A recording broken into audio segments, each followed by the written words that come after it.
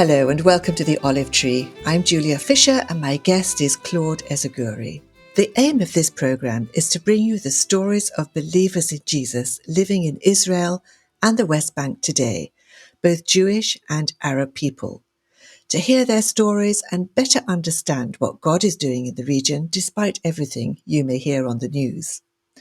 Claude is from an Algerian Jewish family. Today he lives with his wife in Tiberias on the shores of the Sea of Galilee, and together they lead a congregation they founded called the Morning Star Fellowship. Claude, welcome to the programme. Now, you told us last time how you moved from Algeria to France and then to Israel. First of all, you lived on a kibbutz for some time, and that's where you became a believer. You thought you were the only Messianic Jewish believer in the country until you met a Christian lady, a volunteer who told you otherwise. But you felt God calling you to start a congregation in your home in Tiberias. Now, you had a lot of Russians moving to the country at that time, so you had a ready congregation. A lot of miracles that you saw happening. So before you describe further the congregation, just describe to us what it's like in Tiberias. What sort of a city is Tiberias?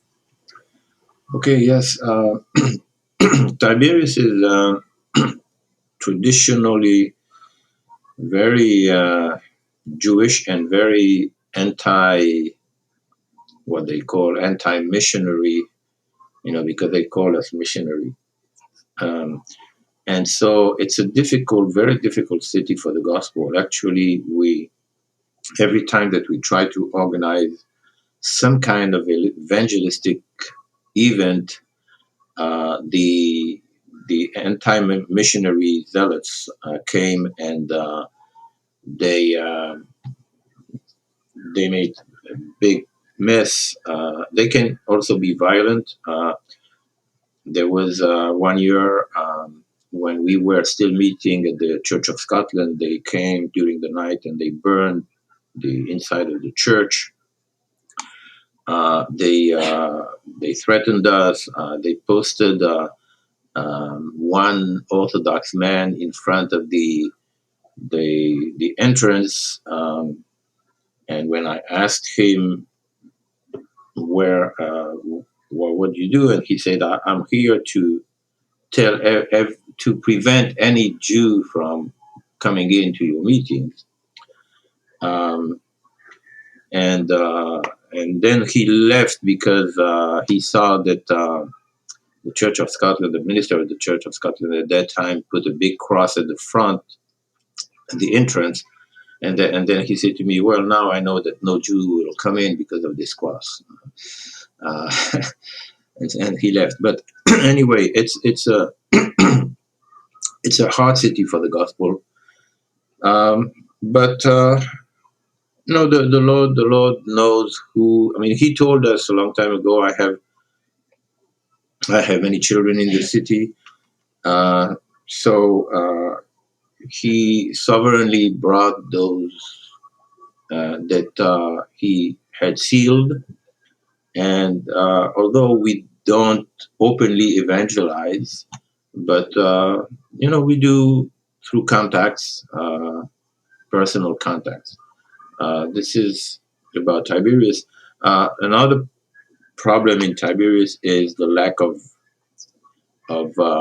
employment, I would say, and especially now. I mean, for 2 years, tourism went to practically zero, and so the city is kind of dormant, and uh, we don't have jobs.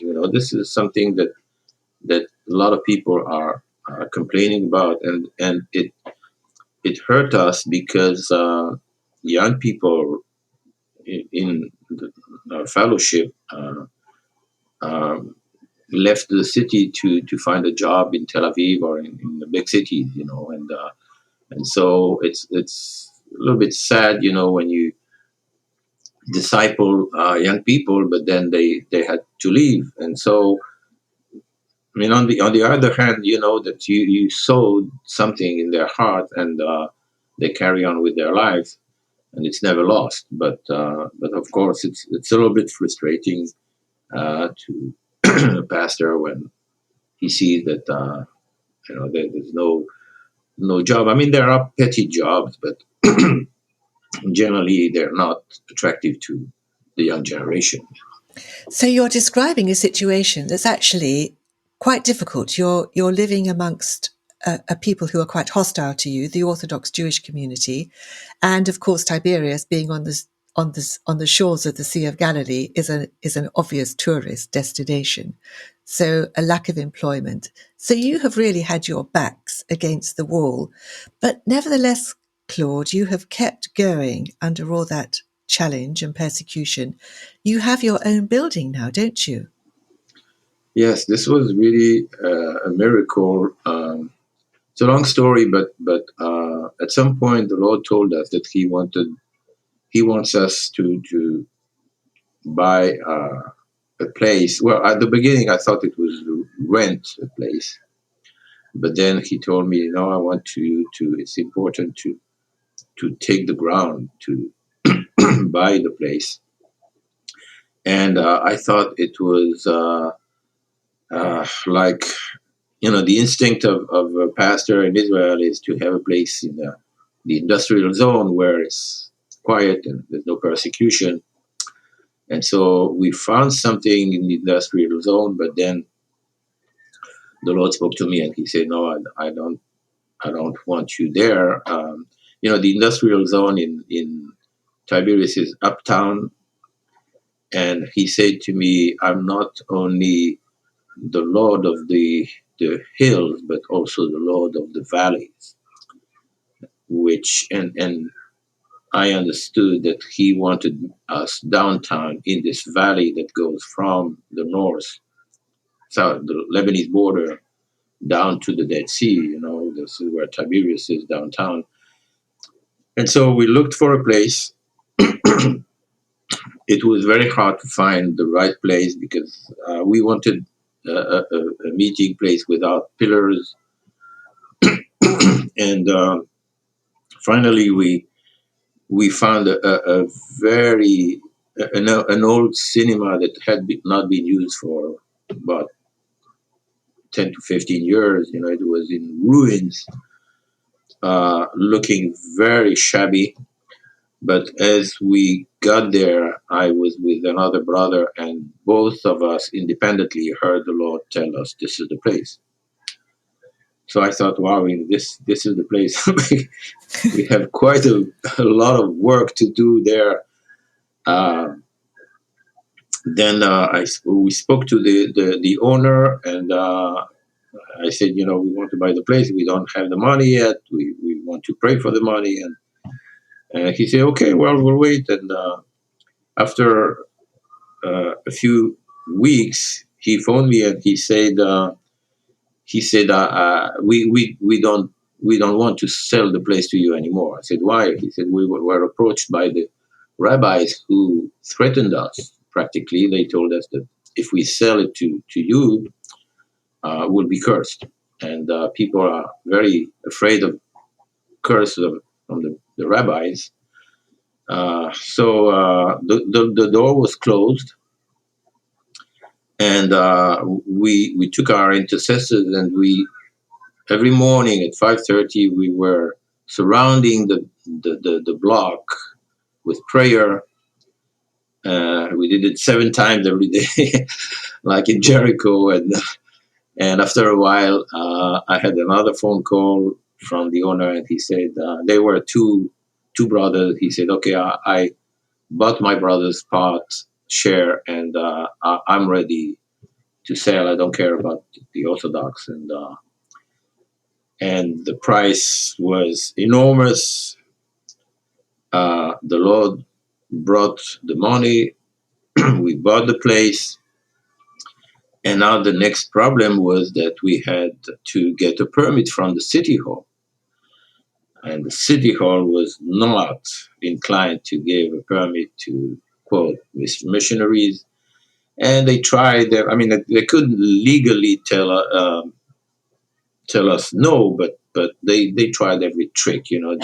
lost our files and things like that, uh, and we had to to struggle with the back and forth with the city hall for 9 years. For 9 years, we had bought this place. We knew that this was the place. The Lord told me, this is the place. But for 9 years, no way to have access to it. And it was very difficult because I had to maintain the faith within the fellowship that it's okay. The Lord is in control. We will get there. We will. And after the seventh year, I could already see some grins in the faces of people. Like, okay, maybe it's in your head, and it's not the place, and we wasted our money.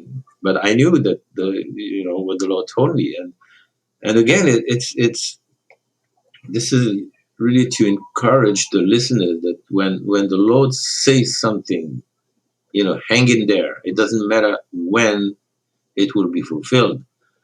And what happened was that at some point, after 9 years, we had a group of Chinese who came, and they came for 6 days of 24/7 worship, and I wanted to do it with us. So I said, okay, we'll take a step of faith. We'll do it in the building illegally, and we did it 6 days of 24/7 worship with our teams and other teams from the Galilee.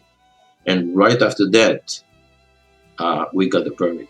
So it was really an amazing story. An amazing story. Yes. But it was a big struggle. Claude, we're going to halt this program here. You've set the scene for the next program. So Claude Ezagouri, thank you for joining us today. We look forward to hearing more from you next time.